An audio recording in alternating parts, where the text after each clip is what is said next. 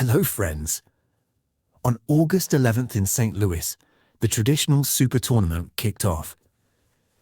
Today we are diving into the best game of the first round, where the reigning world champion, Dommaraju Gukesh, faced off against the Grandmaster, Grigoriy Oparin. On the board we got the Sicilian defense. After the knights came out, Gukesh went for the super popular Rossolimo variation. White was more than ready to give his opponent a bad hair day on the queen side, a very Nimzowitsch-style idea of messing up pawn structure. Oparin responded by staking out the central squares. Gukesh castled kingside. Black tried to protect himself from the hairstylist. White brought his rook to the center, and Oparin clarified the situation on that sector of the board. The bishop retreated home, partly to avoid getting hit by pawn to b5 after bishop to c4, and partly to avoid getting crushed under the rook tanks if white played bishop e2. After knight f6, Gukesh prevented annoying pins, while Oparin planted a pawn in the center.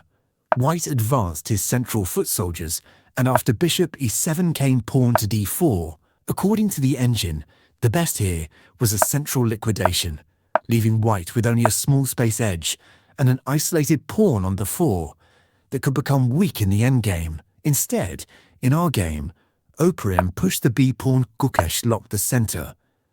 Though maybe retreating the knight to a 5 was better, onward, Gukesh struck on the queen's side. The position started looking like a Spanish game, except the bishop was back on f1 instead of c2, and black's knight sat on a 7 instead of a 5. Meanwhile, Oparin tucked his king away. White opened the file and froze black's pawn in place, locking down the knight, which now had literally no moves. Knight c8 was impossible due to the rook hanging. That is why this Spanish remix was bad news for black. As Shigbert Tarish once said, "A knight on the rim is grim." Oparin tried to freeze the play, traded bishops. But white's rook swung up to the second rank, and black's knight was basically ready to call the priest. For example, after queen c7, white doubles up and threatens bishop e3.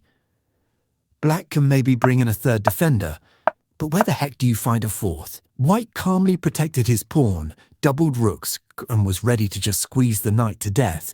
Realizing he would lose the piece, the Grandmaster decided to at least grab a couple of pawns as consolation.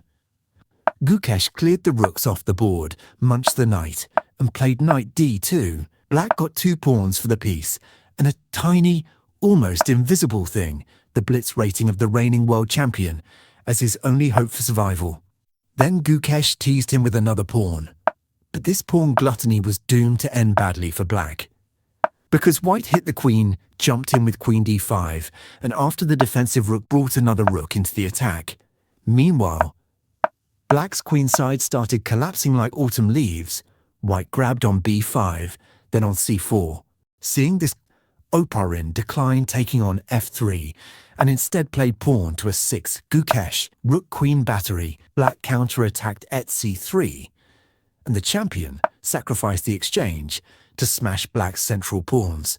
Oparin, of course, recaptured, but instead of playing bishop takes f3 and going with 2 bishops versus a rook, Gukesh scooped another pawn, handing black a material plus of the exchange, but in return he got a raging attack on the king, while the queen was off chilling at the beach. Oparin tried to hold the mate threat, but gave up both pawns on the queen side, while white's bishops were getting ready to show who really runs the future. After the king retreated, white parried the capture on g2 and on rook c8, started eyeing weak squares. Oparin threw a log on the road to block the queen, but the queen just took the back roads and still reached its destination. Grisha dug into a desperate defense. After the queen moved to f5, the only prolongation was rook f8, guarding the pawn. Instead, Oparin played rook d8 and walked straight into an epic queen sacrifice. Mate in 1 loomed. Rook d7 did not help because of the diagonal hit on g6. And the black king got checkmated. Epic checkmate. The only way out was giving up the exchange, after which white would have had 2 connected passes in the endgame and a completely winning position anyway. But apparently, Oparin did not want to ruin such a beautiful canvas. with a meaningless delay of the inevitable, so he just gobbled the queen and got checkmated by a bishop masterpiece. A brilliant game by the 18th world champion, Dommaraju Gukesh, in which, by the way, he showed 98% accuracy, not a single slip. So friends, leave a comment, smash that like button, subscribe to the channel, and hit the bell, because chess is awesome.